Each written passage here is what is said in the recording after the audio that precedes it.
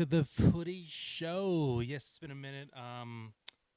Season was so long, I had to take a bit of time off. Waited for the World Cup draws to come out, which they already have, and then just waited for the tournament to pretty much start.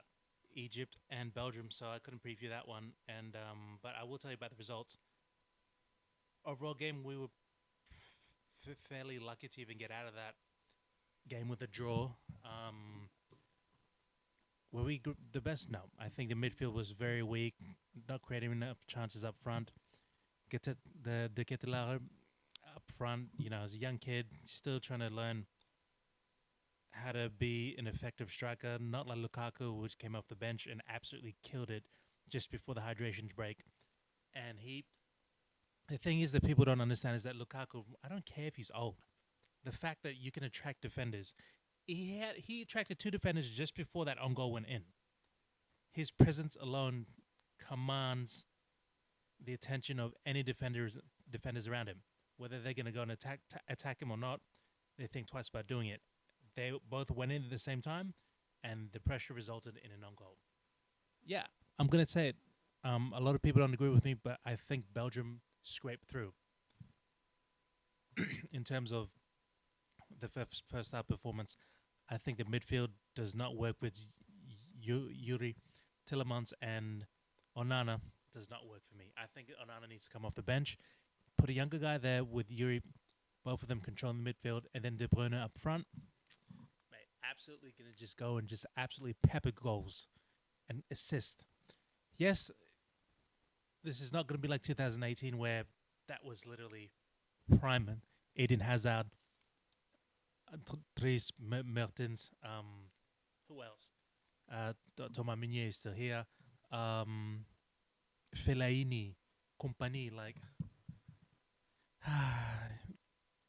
this whole talk of golden generation is just absolutely ridiculous. I'm not going to particularly agree with it because it's just there was just a group of superstars that should have won something. They could have won the Euros together, the World Cup. I think, in my honest opinion, we only lost by a goal to France in the semifinals, and that's crazy. So off the back of that, you've got, you know, Lukaku's still here, De Bruyne. He's getting on with age, but I believe that he will still give it his all until the day comes that he has to retire. But until then, I think it's great that you have these guys that Lukaku and De Bruyne have been playing since Brazil. Let's get that straight. And also, then Tillemans, I think, was the same time or just a bit after.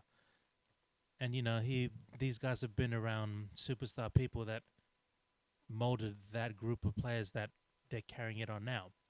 Now you got the Ketelaere, you've got Doku, you've got Tillemans, and then you've got Onana, you've got a bunch of whole other players. To be fair, I know most of the players on the team, but not really familiar with what teams they play with because Belgians are not really known for being in big teams a lot. From my own observation, like De Bruyne and Lukaku, like they both started in England, in Chelsea, and then both branched out, didn't work there, and then look at them now, like both ended up on the same team. How many years later, and they're doing well. And barring injuries, I know it takes a toll on your body eventually. But anyway, that's besides the point. So we are at this stage now where Belgium need to win. Iran drew against a New Zealand side, which put them on the back foot very early in the first half, and they were up 2-1 at the half, if I remember correctly. And yeah, Belgium can beat this Iran team, but we can't be complacent and assume that we can. You can't be complacent in these kind of games and just assume that you're going to win. I believe that Belgium is very capable of doing so, and the rotations made by the manager, Rudy Garcia, needs to be on point. He can't be honestly, with Doku out with a respiratory illness, apparently with a respiratory illness, will put him out at least for one game, and I think he should be back for the New Zealand one. I don't, and people are saying that the groups are easy. Like, I don't agree with that at all. You've seen what smaller countries have done this year. Like Curacao drew with who's that? Oh, jeez, I can't remember anymore. But today they were playing um, what do you call it? Uh, Curacao were playing Ecuador and they drew and they got their first World Cup points ever in their history of their country. Haiti, they put a good game against they put a good fight against Scotland and then they lost by 1 goal. So I'm not. I think this World Cup overall is a very surprising one. It's much more longer.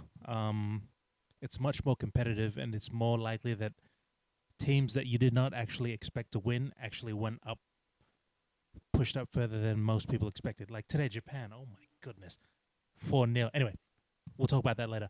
Um, right now it's just Belgium. We got to win. Um, Les Diables Rouges, on doit gagner because if not, it's gonna put us in a very very tough spot because New Zealand have won one game. That means that if they win their next one, they qualify top of the group. Iran have drawn, so they win. That's 4 points for them.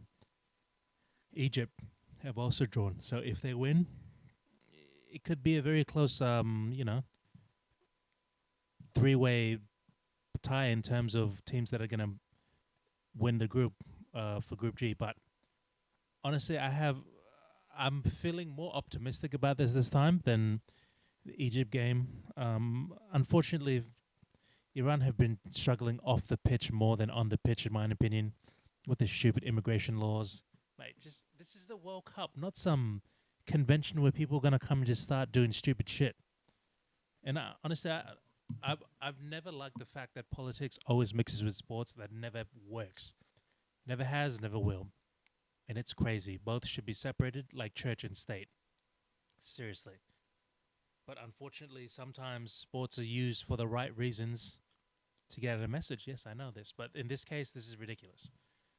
Um, yeah, so I think that we Belgium should do fine. It's 5 a.m. PGT, like, and the Spain games at I think 2 or 3 o'clock in the morning. Oh my goodness. Yeah, that's the other thing. The timing for most of these games are 5 a.m., 2 a.m., 3 a.m., 5 a.m. in the morning, 8 o'clock again in the morning, then 11, and then 2 in the afternoon. So you can imagine those of us that live on this side of the Earth, inside the hemisphere, we're absolutely getting killed with the timing right now. Europe, you're fine. In the US, well, they're pretty much playing where you guys are, so can't really do much.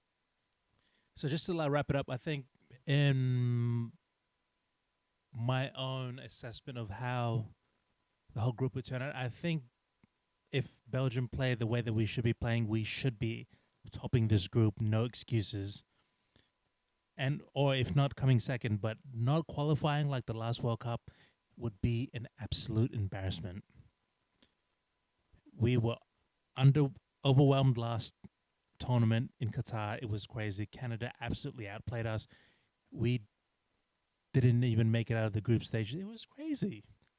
And if you look at the past, like Belgium's always been knocked out of the semis, the quarterfinals of big tournaments, and quite frankly, it as a fan, it gets annoying. But what are you gonna do? As for myself, I've been following, Belgium football since the days in tournament in Brazil. De Bruyne and Lukaku have always been my favorite ones, as that's pretty much my generation of watching Belgian football.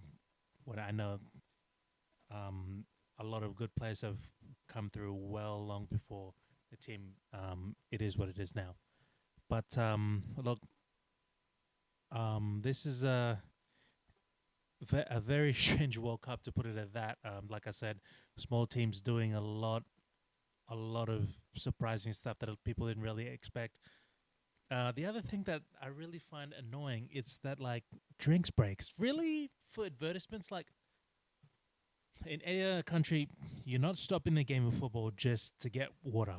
And don't blame me on the weather because we all know it's not about the weather, is it? But anyway, Allez les Diables Rouges. Moi, je pense qu'on va gagner. We're probably going to win. Probably, no, we should be winning these games. No probabilities anymore. I'm tired of that. Score goals, get Lukaku on the scoreboard, get this man firing goals. Because when De Bruyne and Lukaku are match fit, I'm telling you right now, these two are unstoppable. We've seen it in previous and past tournaments already.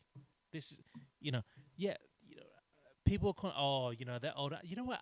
I welcome the fact that we're not being even looked at in this tournament right now, which is great. And yeah, you can call me, deluded, whatever. I don't care. A lot of people that don't know, like, um, I have a lot of family that live in Belgium too, so c'est la vie, hein? But anyway, I think we'll do well. On va bien jouer. Et bonne chance. And yep. And then with the full time wrap up of the game, as well as other games that have been played for this match day. And as always, please like, share, and subscribe, and do all of that good stuff.